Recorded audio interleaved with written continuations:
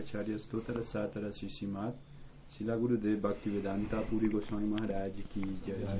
Pranam, boa noite a todos. Pergunta de hoje é: qual é a essência do Bhakti e por que ele é tão surpreendente? Jai Hare Krishna. Bom, a essência do Bhakti é que nós deveríamos entregar tudo, né, a Krishna. Então essa é a essência do Bhakti. Então tudo aquilo que nós podemos fazer no mundo material, ou seja, qualquer coisa que a gente possa se conectar nessa existência fenomênica, nós poderemos reverter isso para Krishna. Essa é a essência do Bhakti. Então o Bhakti ele é muito generoso, né? Então isso é muito surpreendente, a generosidade do Bhakti, porque ele você não precisa ter o coração purificado, você não precisa ser muito austero, você não precisa ter muito conhecimento, né? E qualquer coisa que você faça em relação ao Bhakti, isso vai estar garantido, né, para a próxima vida. Então essa é algo muito surpreendente. Entender que tem um processo na sua vida agora que você investe para outras vidas, né? Diferente das outras coisas que você faz no mundo material. Ou seja, agora você pode ser um bom médico, estudar muito, né? Enfim, ser muito exitoso, mas outra vida isso não vai ajudar nada. Ou seja, então realmente o Bhakti ele é uma projeção rumo ao infinito mesmo, né? Então esse é o Bhakti. E quando Krishna ele fala Bhaktamam Bhijananti, ele está falando que é somente através do Bhakti que uma pessoa pode conhecê-lo. Então o Bhakti ele vai diretamente a Krishna, né? É uma conexão direta com Krishna. É como se você estivesse tirando, né, outros, encurtando caminhos, né? Então o Bhakti tem um atalho muito poderoso, né? Então se nós praticamos Bhakti, ainda que tenhamos assim, muitas dificuldades, ainda que realmente nossa vida seja marcada por muitos obstáculos, né? Isso pode acontecer. Então se você pratica o Bhakti e mesmo que você cometa ofensas, né?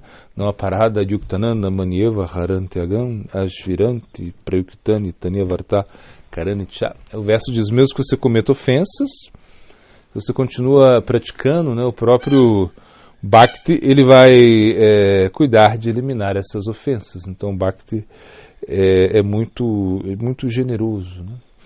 Então nós temos que entender essa generosidade do Bhakti, né? E aproveitar disso, né? Ou seja, não simplesmente se acomodar. Isso é uma coisa errada, né? Ou seja, quando você realmente acha que o Bhakti você pode fazer qualquer coisa porque o Bhakti é generoso, você pode negligenciar o Bhakti. Não, o Bhakti tem que ser praticado com muita clareza, com muita determinação, né? Então são as práticas, né, repetidas do Bhakti, né, que vão realmente levar você à perfeição. E claro, sem ofensas, né? Essa é a característica do Bhakti. Nós não podemos ofender aos devotos que estão praticando Bhakti, ou seja, esses devotos que estão nos nutrindo, né, eles não devem ser ofendidos, ou seja, as escrituras também não devem ser ofendidas, né?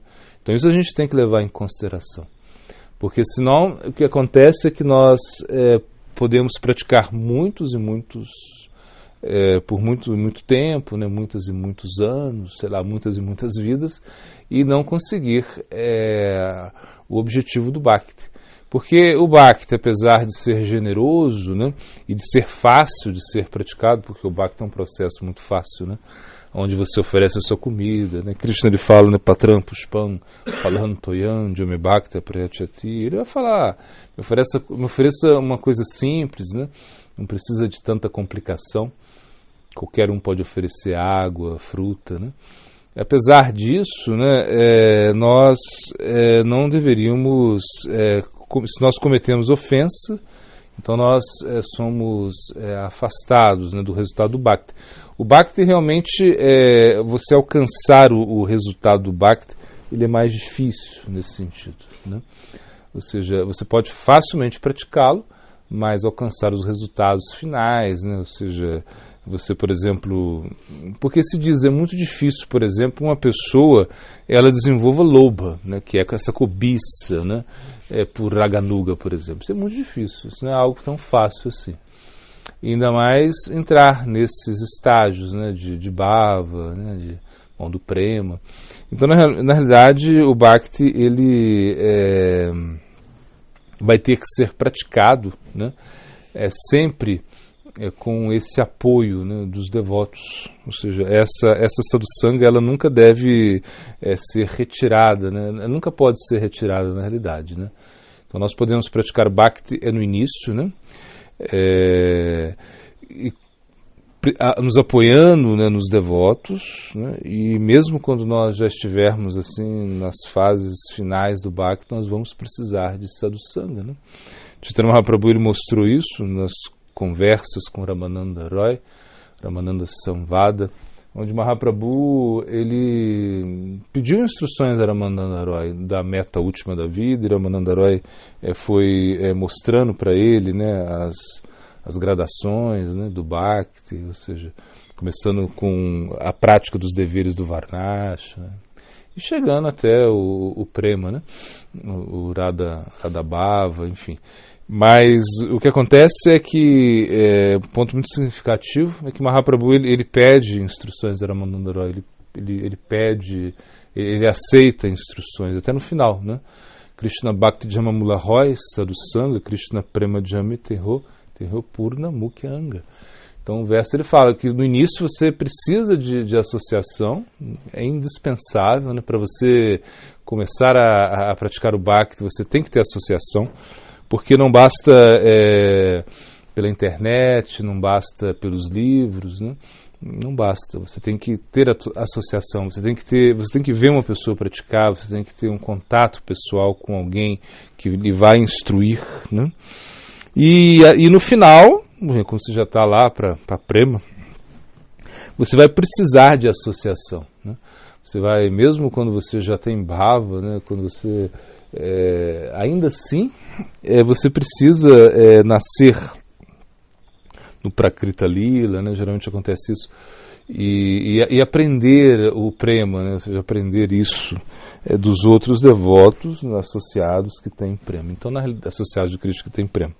Então, Bhakti é muito surpreendente, porque ele pode tirar, né, uma pessoa, né, da posição mais baixa,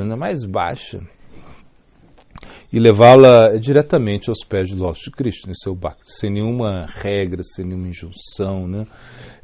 Diksha Purashchara Vida Pikeshana Kare Diva Sparshana Chandale Sabare Udare.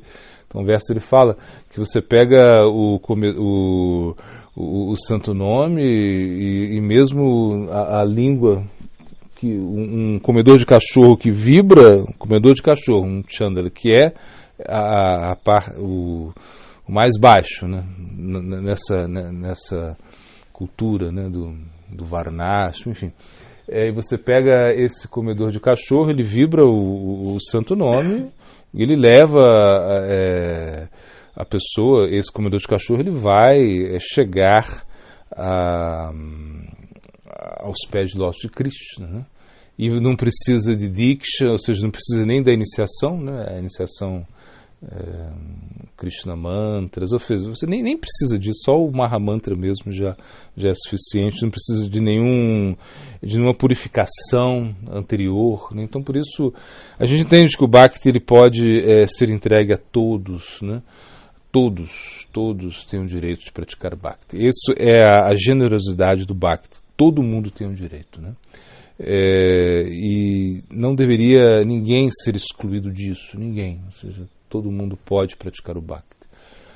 Isso é surpreendente, né?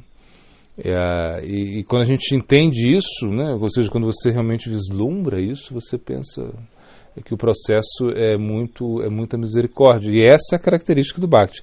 A essência do Bhakti também a gente pode entender é que a misericórdia ela chega no nosso coração. Ou seja, então a gente está sempre pedindo misericórdia, né? Essa é a característica essencial do Bhakti também. Você pede misericórdia o tempo todo. Na realidade, é uma misericórdia praticar o Bhakti, né? E uma misericórdia é realmente que o Bhakti possa descer, ou seja, que na realidade que Krishna possa se manifestar na nossa vida, né? E Krishna se manifesta na nossa vida através do canto do Santo Nome, principalmente, né? da deidade, do Bhagavatam, dos devotos, né, que estão praticando. Então, na realidade, o Bhakti ele está entrando, né, na nossa vida de muitas maneiras, né? Krishna está nos enviando ajuda o tempo todo, né? Essa é a misericórdia do Bhakti, né? Você sempre vai ter ajuda, né? Sempre vai haver algum momento, né, que o Bhakti, ou seja, que a misericórdia vem através do Bhakti, né?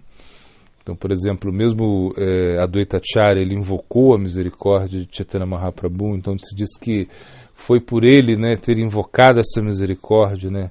Ou seja, por ele ter clamado tão forte, né, vendo, né, o sofrimento, né, das pessoas de Kali Yuga, né, que não estavam cantando o Santo Nome, que sofriam, né, com as adversidades da era. Então ele chama, né, ele pede, né, para que Krishna pudesse se manifestar, e vem Chaitanya Mahaprabhu entregando, né, esse Krishna Prema, que na realidade é algo tão raro, né? Por isso é muito surpreendente que o Bhakti possa chegar a todas as pessoas, né? Que pessoas muito pecaminosas, ou seja, com um coração muito pecaminoso, possam também aceitar o Bhakti, né? De uma maneira tão simples, né? Ou seja, e o conhecimento é algo que fica para trás, né? A renúncia fica para trás, as austeridades ficam para trás. Então esse é o poder do Bhakti. Isso é surpreendente, né? Que realmente você possa praticar o Bhakti independente da sua posição, independente da sua situação. E que todos tenham o direito. Então, não sei para quem perguntaram, é que, por exemplo, o Santo Nome ele é tão poderoso, né? Essas pessoas vão se beneficiar tanto, né, com o canto do Santo Nome. Então, uma pessoa, por exemplo, uma pessoa que é muda, né? Então, como ela vai fazer, né? Então aí se diz, não, então que ela foi, acho que de Diva Goswami, né, que perguntaram isso para ele. Ele falou, não, então ela escreve, né, o Mahamantra, né? Se ela muda, não escuta, não ouve, enfim, não pode falar, ela escreve o Mahamantra, ela já vai se beneficiar por isso, né? Então, na realidade, o Bhakti ele não tem limites, né? Ele vai alcançar todas as pessoas, né? Porque essa é a posição, né? A posição natural da entidade viva, ou seja, ela precisa ter uma relação com Deus, né, com Krishna.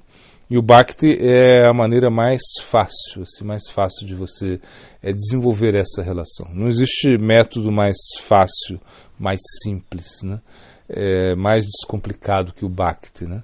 Ou seja, quando nós vemos, né, o poder que tem o Santo Nome, quando nós lemos, né, as escrituras, né, falando desse poder, o poder do Santo Nome, então a gente fica até assim um pouco assustado com isso, pode ficar até um pouquinho desconfiado.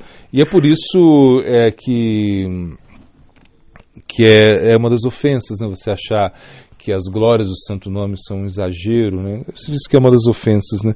Então nós somos advertidos a isso, porque vão falar tanto, né, das glórias do Santo Nome, ou seja, do poder que tem o Santo Nome de realmente transformar a vida de uma pessoa, que você acha que isso é um exagero, que as escrituras estão exagerando. Mas não, elas não estão exagerando. O santo nome ele é muito poderoso mesmo, a gente tem que acreditar nisso. Isso é o Bhakti, é você acreditar em algo que realmente possa conectar a sua existência com a existência do infinito.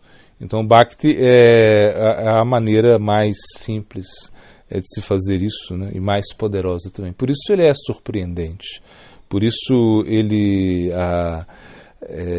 nos traz os resultados assim muito rapidamente também, né? Ou seja, se diz, né, que o aprarabdha karma, ou seja, o karma, aquilo que você teria que sofrer, né, no futuro, você já não vai sofrer mais simplesmente porque você cantou o santo nome. Imagina, porque você praticou Bhakti, você consegue inclusive os 4 tipos, as liberações de uma maneira muito fácil, né? Salokya, Sarati, Samipya, Sarupya, né?